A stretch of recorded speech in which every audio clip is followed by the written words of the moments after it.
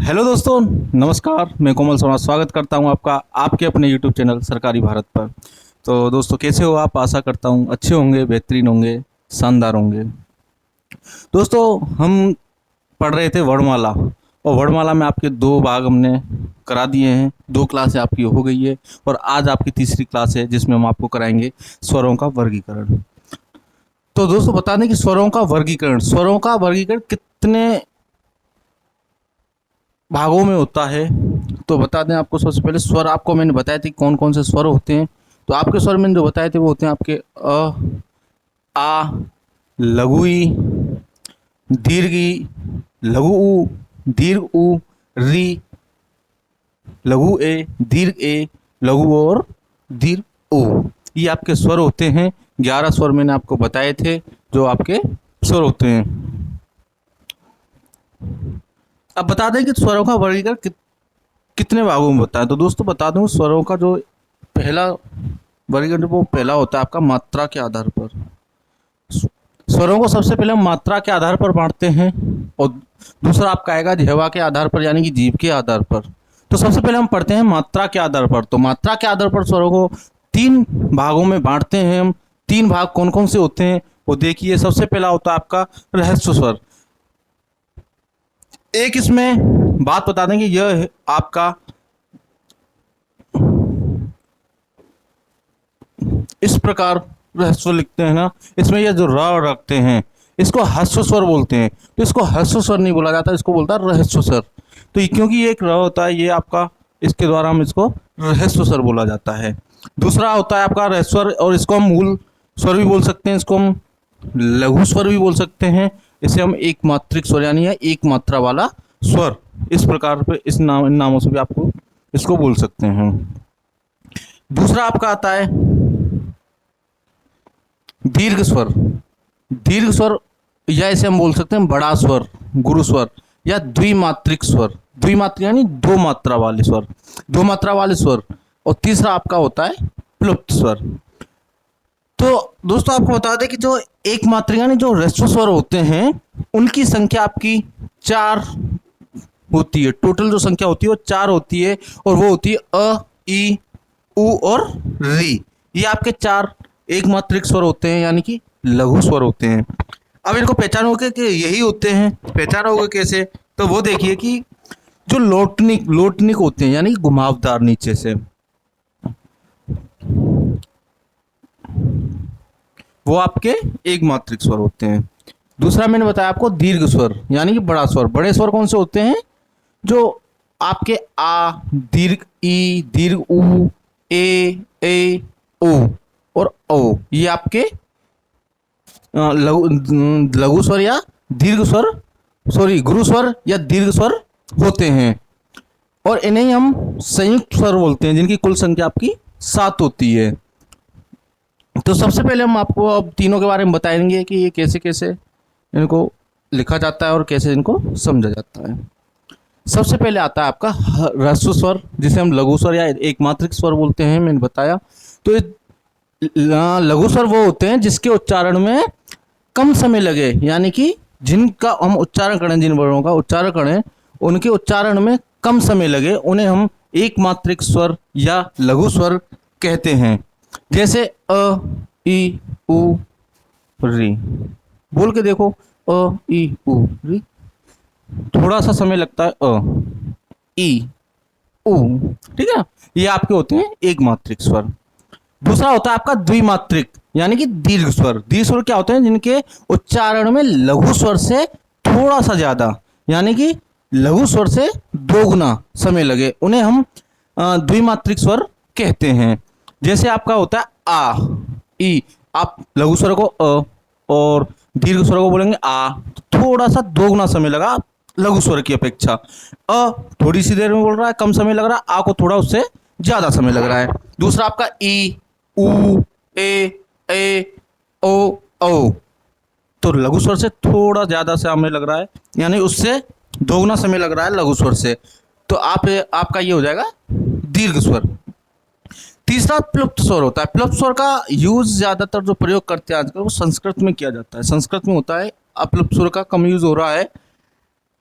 फिर भी देखिए, जिनके उच्चारण में दीर्घ स्वर से कुछ अधिक समय लगे, यानी कि द्विमात्रिक जो स्वर होते हैं उनसे कुछ अधिक समय लगे, यानी कि लघु स्वर से 3 गुना समय, लघु स्वर से 3 गुना समय लगे, उन्हें हम प्लुप्त स्वर कहते हैं। जैसे हम बोले राम, राम, ओम, तो थोड़ा समय लग रहा है ओम, राम। ये आपके प्लुप्त स्वर होते हैं जिनमें थोड़ा लघु स्वर से और दीर्घ स्वर से ज्यादा समय लगे, उन्हें हम प्लुप्त स्वर कहते हैं। अब जैसे हम बोले, उदाहरण लेते हैं एक,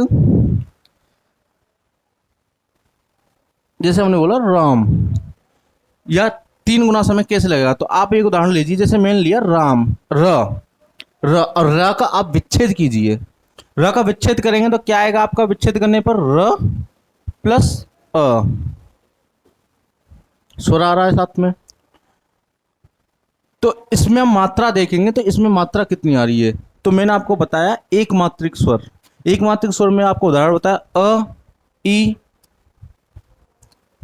आपको मैंने एक मात्रिक में बताया कि ए, अ, ई, री एक मात्रिक स्वर होते हैं। एक मात्रिक स्वर किन्हें बोलते हैं हम? एक मात्रिक स्वर वह होते हैं जिनके मैं अभी आपको बताऊंगा दर्शन चिन्ह। एक मात्रिक का जो लघु स्वर है उसका जो दर्शन चिन्ह होता है, जो दर्शन चिन्ह होता है वो आपका होता है, और दीर्घ स्वर का जो दर्शन चिन्ह होता है वो एस आकृति का होता है। जो दर्शन चिन्ह होता है द्विमात्रिक स्वर का वो एस आकृति का होता है। जैसे मैंने लिखा र, और र का विच्छेद किया हमने, तो र आपका आधा र हलंत लगा दिया। मैंने बताया था आपको कल की क्लास में बताया था हलंत लगाना। जो घुमावदार होते हैं, जो लोडनिक होते हैं, उनको आधा लिखने के लिए हम उनके नीचे क्या लगाते हैं, हलंत। और प्लस तो आपका कैसा है, एक मात्रिक स्वर, और एक मात्रिक स्वर की क्या होती है, एक। ठीक है ना। दूसरा मैंने लिया रा, क्या लिया, र, और र का विच्छेद करेंगे तो क्या होगा, र प्लस आ, और दर्शन चिन्ह मैंने आपको बताया था इसका द्विमात्रिक स्वर का एस आकृति में। तो इसका जो मात्रा होगी इसमें कितनी होंगी, 2 मात्रा। ठीक है ना। इसमें 1 मात्रा और इसमें 2 मात्रा।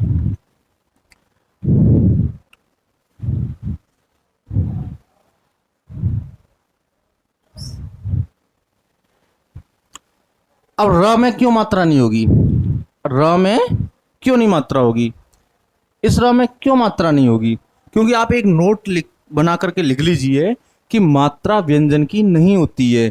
व्यंजन की मात्रा नहीं होती है, मात्रा सिर्फ स्वर की होती है।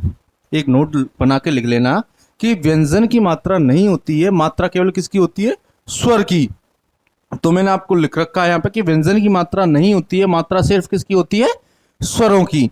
स्वरों को हम क्या बोलते हैं, स्वरों को हम अच भी बोलते हैं, और व्यंजन को हम हल भी हल बोलते हैं। ठीक है। याद रखना, ये भी आ जाता है, कभी कभी पूछ लेते हैं स्वरों को क्या बोलते हैं और व्यंजन को क्या बोलते हैं। स्वर को अच और हलंत को व्यंजन को हल बोलते हैं। इसके बाद आता है आपका दूसरा, जिह्वा के आधार पर, यानी कि जीव के आधार पर स्वरों का जो वर्गीकरण है वो कैसे करेंगे, जीव के आधार पर। तो जीव के आधार पर हम जो वर्गीकरण करते हैं वो हम कितने प्रकार से करते हैं, 3 प्रकार से। जीव के आधार पर हम कितनी प्रकार से बांटेंगे इनको, 3 प्रकार से। तो मैं 3 वो कौन कौन से प्रकार होते हैं वो देखिए। नंबर 1 आता है आपका अग्र स्वर, नंबर 2 मध्य स्वर, और नंबर 3 पश्च स्वर।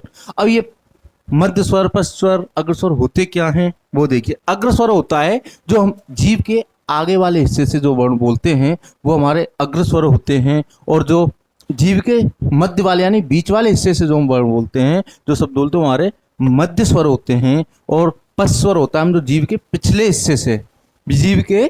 हिस्से से जो हम वर्ण बोलते हैं वो हमारे पश्च स्वर बोलते हैं, उन्हें स्पष्ट स्वर कहा जाता है। मध्य स्वर को हम उदासीन स्वर भी बोलते हैं। क्या बोलते हैं? उदासीन स्वर भी बोल सकते हैं।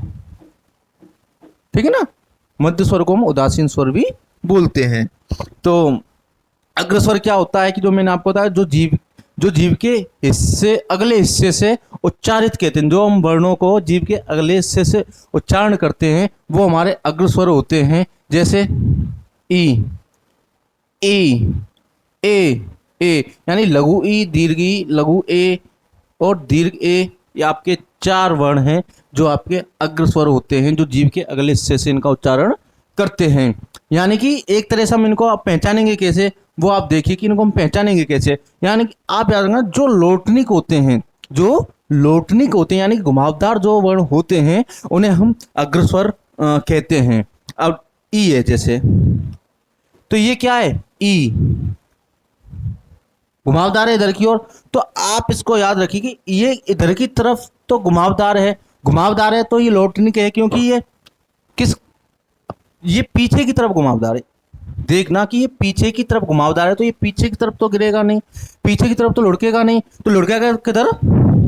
आगे की तरफ, क्योंकि पीछे तो ये घुमावदार है, पीछे गिरेगा ही नहीं, गिरेगा किधर? आगे की तरफ। आगे की तरफ गिरेगा तो जीव के अगले हिस्से से, अगले हिस्से से हम इसका उच्चारण करेंगे। सेम ई, ए आपका, ए आपका जैसे, अब तो ये किधर है? पीछे की तरफ है ना घुमावदार, तो पीछे की तरफ तो ये गिरेगा नहीं, कहाँ गिरेगा? आगे की तरफ। तो इस तरह से हम इनको पहचानें कि जो पीछे जो घुमावदार होते हैं, जो लोटनिक वर्ण होते हैं, वो हमारे अग्रस्वर होते हैं। ये आपके 4, इनकी संख्या कितनी होती है हमारी? 4। इसके बाद आता है आपका मध्य स्वर। अब मध्य स्वर को हम उदासीन स्वर भी बोलते हैं, मैंने आपको बताया। ये केवल एक होता है, केवल एक होता है, इनकी संख्या एक होती है, केवल उसके बाद आता है आपका पश्च स्वर, जो जीव के पिछले हिस्से से उच्चारण करते हैं हम जिन वर्णों का, उन्हें हम पश्च स्वर बोलते हैं। जैसे आ, लघु ऊ, दीर्घ ऊ, लघु ओ और दीर्घ ओ। 5 आपकी ये संख्या होती है इनकी पश्च स्वर की। 5 प्रकार की 5 संख्या होती है, आ, उ, ओ। ये आपके पश्च स्वर बोलते हैं। इनका उच्चारण कहाँ से करते हैं? जीव के पिछले वाले हिस्से से। एक बार आप मन में बोल के देखिए इनको, आपको एहसास होगा कि हाँ ये वर्ड जीव के आगे वाले हिस्से से बोले जा रहे हैं, ये पीछे वाले हिस्से से बोले जा रहे हैं, और ये मध्य स्वर से बोला जा रहा है, अ, आ। तो आप रिहर्सल कीजिए, थोड़ा बोल के देखिए, आपको अपने आप थोड़ा सा अंदाजा लगेगा कि हाँ ये जीव के पिछले हिस्से से बोला जाता है, ये जीव के आगे वाले हिस्से से बोले जाते हैं। अब जिह्वा के आधार पर, यानी जीव के आधार पर वर्गीकरण हो तो री, तो आपके मन में भी आप सवाल आ रहा होगा कि आपने सर स्वर में ये तो लिखा नहीं एक री, और री को क्यों शामिल नहीं किया स्वरों में? आपने री को शामिल नहीं किया। तो आपको हम बता दें कि जो उच्चारण के आधार पर जो हम करते हैं स्वरों की संख्या, जो उच्चारण के आधार पर होती है, उच्चारण के आधार पर स्वरों की संख्या हमारी 10 होती है। री, अब री को कैसे लिखेंगे? तो देखो, सबसे पहले बता दूं कि री एक ध्वनि होती है। कौन सी? री, ये वाली ध्वनि आ रही ना इस री में, री, तो ये क्या है? एक आपकी ध्वनि, मैंने उदाहरण दिया होगा, ये रहा। तो री में आपकी ध्वनि क्या आ रही है? री में आपकी ध्वनि आ रही है री की ध्वनि आ रही है। और री को इसमें आपको स्पष्ट दिख रहा होगा, री, ऋषि, ऋड, रिद्धि, री इसमें स्पष्ट दिख रहा है, री की ध्वनि आ रही है। अब एक उदाहरण आपका आता है सृष्टि, तो सृष्टि में भी आपको ये वाला गृणा, कृष्ण, मृदा, उदाहरण इसमें दिख रहा होगा, स्पष्ट दिख रहा है, इसमें साफ दिख रहा है, री आ रहा ना, र। इसी प्रकार एक आता है आपका र का रेफ रूप, जिसे मैं अभी बताऊंगा कि र को कितने भागों में बांट सकते हैं। और मैंने आपको एक बताया कि उच्चारण के आधार पर स्वरों की संख्या कितनी होती है? 10। उच्चारण के आधार पर स्वरों की संख्या 10 होती है। और र के बारे में बताता हूं। र,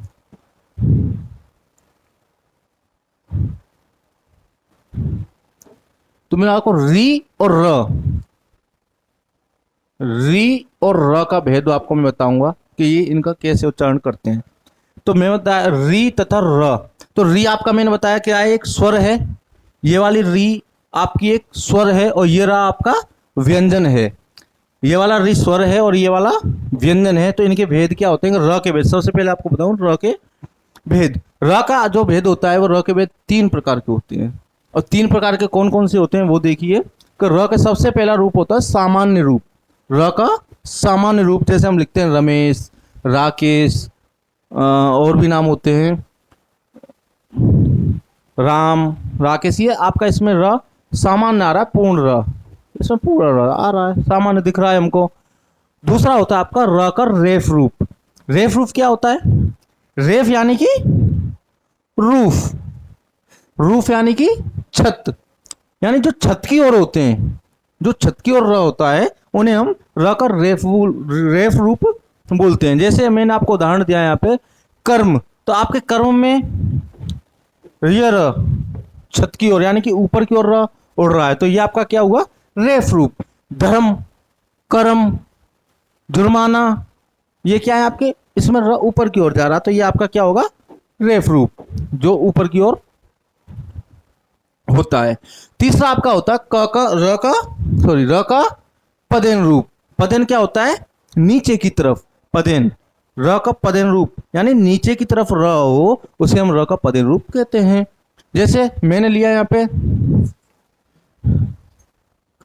क्रम, प्रकार, क्रिया, भ्रम, प्रवेश, ये सब इसके उदाहरण। जैसे मैंने लिया क्रम, क्रम लिया मैंने, अब क्रम में मैंने ये वाला र इधर उड़ाया नीचे की साइड, क्रम, तो ये क्या हो गया, ये र का पदेन रूप। जैसे मैं लिया प्रकार, प्रकार में ये वाला र नीचे की तरफ जा रहा, तो ये कौन सा, पदेन रूप, ठीक है ना। इसी प्रकार भ्रम, प्रवेश, ये आपके क्या है, पदेन रूप है र के। तो मैंने आपको तीनों बता दिए कि सामान्य रूप क्या होता है, और र का रेफ रूप और पदेन रूप, तीनों ही बताया कि र के कितने भेद होते हैं, 3। अब इसके बाद बता दूं कि र का रेफ रूप जो आधा र होता है, जो रेफ रूप होता है ना, ये र का आधा रूप होता है। कैसा रूप होता है, आधा रूप। जो रेफ रूप होता है वो र का आधा रूप होता है, जबकि इसके अलावा जो अन्य जो र होते हैं वो र पूर्ण होते हैं। वो र कैसे होते हैं, पूर्ण रूप, उनके पूर्ण होते हैं। इसके बाद मैं एक आपको उदाहरण देता हूं। जैसे ट्रक है,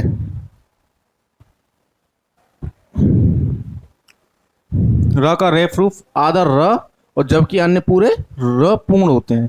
तो मैं लिया ट्रक, और ट्रक में आप देखिए ये, आप ये समझे कि दो हैं, और ये दोनों क्या हैं, ये होला आपका र। तो इस भ्रम में ना रहें, ये र नहीं होता है, ये क्या होता है, तो मैं आपको बता दूं कि ट, और मैंने बताया ये र का पदेन रूप, तो ये एक र का पदेन रूप हुआ, तो नीचे की तरफ र उड़ रहा है। ये वाला आपका र है, ट्रक, जो पदेन रूप है नीचे की तरफ, ट्रक। और जो ये वाला है वो क्या आपका, हलंत। अब हलंत कैसे, तो मैंने आपको कल की क्लास में बताया था कि जो घुमावदार यानी लोटनिक जो शब्द होते हैं, जैसे उसमें मैंने आपको बताया ट, तो ये कैसा आपका घुमावदार, इनको आधा लिखने के लिए हम इसके नीचे क्या लगाते हैं, हलंत, हलंत लगाते हैं ना। तो हलंत लगाते हैं, तो ट्रक के नीचे आपका ये क्या हो गया, एक हलंत, क्या हो गया ये हलंत। तो ट कैसा हो गया इसमें, आधा, और इसमें मैंने लगा दिया र, कैसा हो गया, ट्र, ट्रक। तो ये र पूरा नहीं है, केवल र इसमें क्या है, जो पदेन रूप है, और पदेन रूप है तो इसमें ये वाला हलंत है, तो ये ट आपका कैसा है, आधा रूप। तो ट्रक, तब जाके ये आपका ट्रक हुआ है। जैसे मैं लिया है क्रम, और क्रम में आपका जो मैंने र नीचे की तरफ उड़ाया है, तो नीचे की तरफ आपका ये क्र निकल रहा है, ये क्या है आपका, र का पदेन रूप नीचे की तरफ। तो ठीक उसी पर आप इसमें याद रखना, ये र नहीं होता है, इसमें आधा हलंत होता है, और ये आपका पदेन रूप र का होता है, जब जाके हमारा ट का आधा रूप होता है, ट्रक होता है, ठीक है ना। जैसे मैंने इसमें बताया आपका र का पदेन रूप और पूर्ण र होता है, वो र आधा नहीं होता, ट आधा है। र का रेफ में मैंने बताया कि र का आधा रूप होता है, अन्न में पूर्ण होता है। तो इसमें ट्रक में मैंने जो ये र उड़ा तो ये क्या हो गया, पूरा र, ट्रक। ठीक है ना।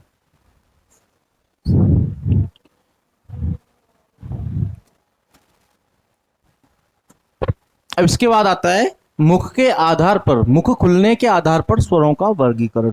तीसरा नंबर आता है आपका, मुख खुलने के आधार पर स्वरों का वर्गीकरण कैसे करेंगे। कैसे करेंगे तो देखिए, तो मित्रों, मुख खुलने के आधार पर स्वरों का वर्गीकरण। स्वरों का वर्गीकरण सबसे पहले आता है आपका, चार होते हैं। सबसे पहले आपका होता है विव्रत, दूसरा होता है आपका अर्धविव्रत स्वर, तीसरा समृत स्वर, और चौथा होता है आपका अर्धसमृत स्वर। तो ये चार प्रकार के आपके मुख खुलने के आधार पर इनका यूज हम उच्चारण करते हैं। कौन कौन से, विव्रत स्वर, अर्धविव्रत स्वर, समृत स्वर और अर्धसमृत स्वर, ये आपके मुख खुलने के आधार पर। और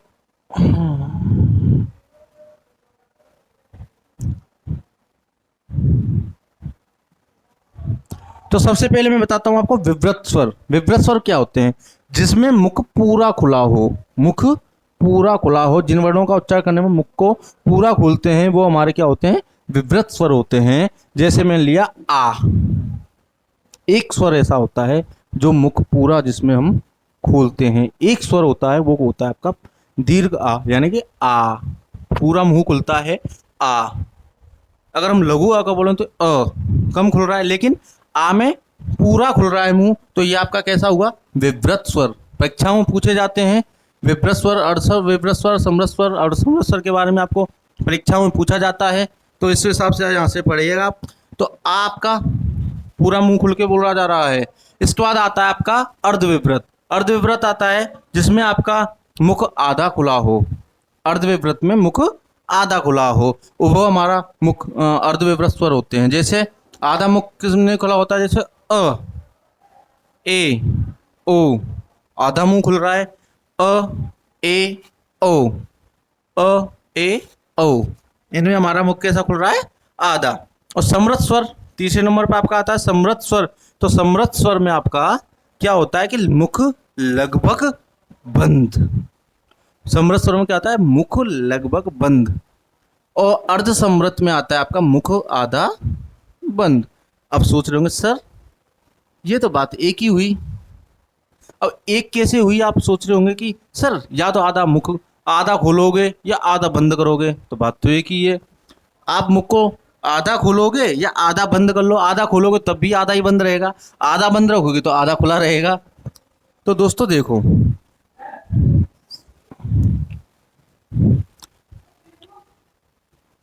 समृत स्वर जिसमें मुख लगभग बंद रहता है, लगभग, यानी ई, ई, उ, उ, ये आपके समृत स्वर हैं। अर्धसमृत में आधा मुंह बंद हो, केवल आधा, जैसे ए, ओ। और विव्रत में मुंह पूरा खुला होता है आ, इनमें क्या होता है, आधा। अब इनको याद करने की क्या ट्रिक होती है, याद करने का फंडा क्या होता है, तो आपको कुछ नहीं करना, एक छोटा सा अपने मन में रखना भाव कि इनमें कैसे करें। तो इनको करना विवाह में आना, विवाह में आना। तो आप सबसे पहले देखना विव्रत, विवाह, विव्रत में विवाह में आना, आ ना, विवाह में आ विवाह में। इसके बाद आता है आपका समृत स्वर। और समृत स्वर क्या होता है, लगभग बंद, लगभग बंद। अब विवाह में आप कह रहे हैं समृत, समृत सब लोग वगैरह, विवाह में आना, आने की सब लोग आना, सब, सब मतलब अब ई उ, तो विवाह में क्या सब लोग आए, तो भाभी जी क्या बोलती हैं, अरे ई आ गए, ऊ आ गए, सब लोग, आपने बोला समृत सब लोग, ई ऊ आ गए, ऊ आ गए, ई ऊ आ गए, तो आपको सब लोगों में क्या करना है, ई ऊ आ गए, ऊ भी आ गए, सब लोग आ गए। आपके बाद आता है फिर अर्धविव्रत स्वर जिसमें अ, ए, ओ। तो आप उसके बाद आपका अर्धसमृत में, अर्धसमृत में बोलोगे ए, पूरे कहाँ ए, तो आप बड़ों से तो बोल नहीं सकते, छोटों से तो बोल सकते हैं ए ओ, पूरे कहाँ ए। छोटों से बोलोगे तो मुख आधा बंद होगा, तो वो कहता है ए ओ, छोटे से तो बोलोगे तो ये आपकी छोटी ए और छोटा ओ, लघु ए और लघु ओ, ये आपके अर्धसमृद्ध स्वर हो गए। और बड़ों से तो बोल ही नहीं सकते, तो बाकी के जो बड़े बच्चे वो आपके किस में आएंगे, अर्ध विपरीत में, बड़ा ओ बड़ी ए अ। तो ये आपके मुख खुलने के आधार पर वर्गीकरण हुआ, विपरीत स्वर, अर्ध विपरीत स्वर, समृद्ध स्वर और अर्ध समृद्ध स्वर। अब इसके बाद आता है आपका जातीय विभाजन, यानी कि हम इनको विभाजन करेंगे इनका जाति के आधार पर, तो किस प्रकार करेंगे, तो आपका इनका हम दो भागों में विभाजन करते हैं। एक आपका होता है सजातीय स्वर और एक होता है आपका विजातीय स्वर। सजातीय स्वरों की संख्या 3 और विजातीय स्वरों की संख्या 4 होती है। सजातीय स्वर क्या होते हैं? सजातीय स्वर वो होते हैं वे सभी स्वर जो एक जाति के हों। और एक जाति के कैसे हो सकते हैं, तो देखिए सबसे पहले मैंने आपका लिया है आ, 3 होते हैं, एक आ, ई और ऊ, दीर्घ आ, दीर्घ ई और दीर्घ ऊ। आ में आप लोगे इनका विच्छेद करोगे तो आप इसमें देखिए आ का क्या होगा, अ प्लस अ, दोनों एक ही जाति के हैं, अ दोनों एक ही जाति के हैं। ई का हमने विच्छेद किया, ई धन ई, दोनों एक ही हैं। ऊ का ऐसे प्रकार हमने किया, ऊ धन ऊ। तो ये आपके कौन से हुए? सजातीय स्वर। जो एक ही जाति के स्वर हों उन्हें हम क्या बोलते हैं? सजातीय स्वर। विजातीय स्वर क्या होते हैं? वे स्वर जो अलग अलग जाति के हों, वे स्वर जो अलग अलग जाति के हों वो हमारे कैसे होते हैं? विजातीय स्वर, जिनकी संख्या मैंने बताई आपको 4 होती है, ए ओ ओ। एक हम विच्छेद करेंगे तो क्या होगा? अ प्लस ई, अ प्लस ई, तो ये अलग जाति हो गई अ और ये अलग हो गई ई, दोनों की अलग अलग जाति होगी। तो अलग अलग जाति होगी तो ये कौन सा हो गया आपका? विजातीय। ऐसे हम ए को करेंगे तो अ धन ए, अलग अलग जाति है दोनों की। इस प्रकार ओ की और इस प्रकार दीर्घ ओ की, अ धन ओ, दोनों की अलग अलग जाति, तो ये आपकी कौन सी होगी? विजातीय स्वर। और इन्हीं को हम क्या बोलते हैं? संयुक्त स्वर भी इनको हम कहते हैं। इन सभी को हम संयुक्त स्वर भी कहते हैं। दोस्तों आज हमने आपको बताया स्वरों का वर्गीकरण। क्या बताया हमने? स्वरों का वर्गीकरण। तो दोस्तों स्वरों का वर्गीकरण तीनों प्रकार मैंने बताए। अगर आपके समझ में आया हो तो एक बार आप कमेंट बॉक्स में ज़रूर बताइएगा कि क्लास आपको कैसी लगी। अच्छी लगी हो तो वीडियो को लाइक करना, शेयर करना और चैनल को सब्सक्राइब करना। मिलते हैं नेक्स्ट वीडियो में नेक्स्ट पार्ट लेकर के। जय हिंद, जय भारत।